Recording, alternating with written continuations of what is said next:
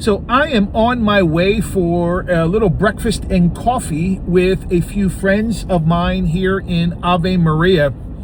And what came to my mind while I was driving here was I was on a coaching call with a client of mine, and she and I brought up the topic of just listed, just sold. She had asked me, what I do when I get a new listing or when I close a new deal.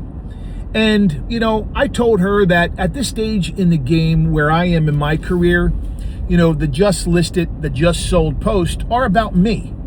And I don't want them to be about me. I want them to be about the client's journey, where they came from, how I met, how we went about listing their property, and if we sold their property, how the negotiations went, did we make it a win-win?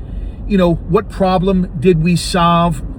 And, that's what I think a just listed, a just sold should be. I don't think it should be about the agent. And I think, over the years, it has been. It has been about me. I'll use me as an example, but I often see other agents doing the same thing. No criticism toward them.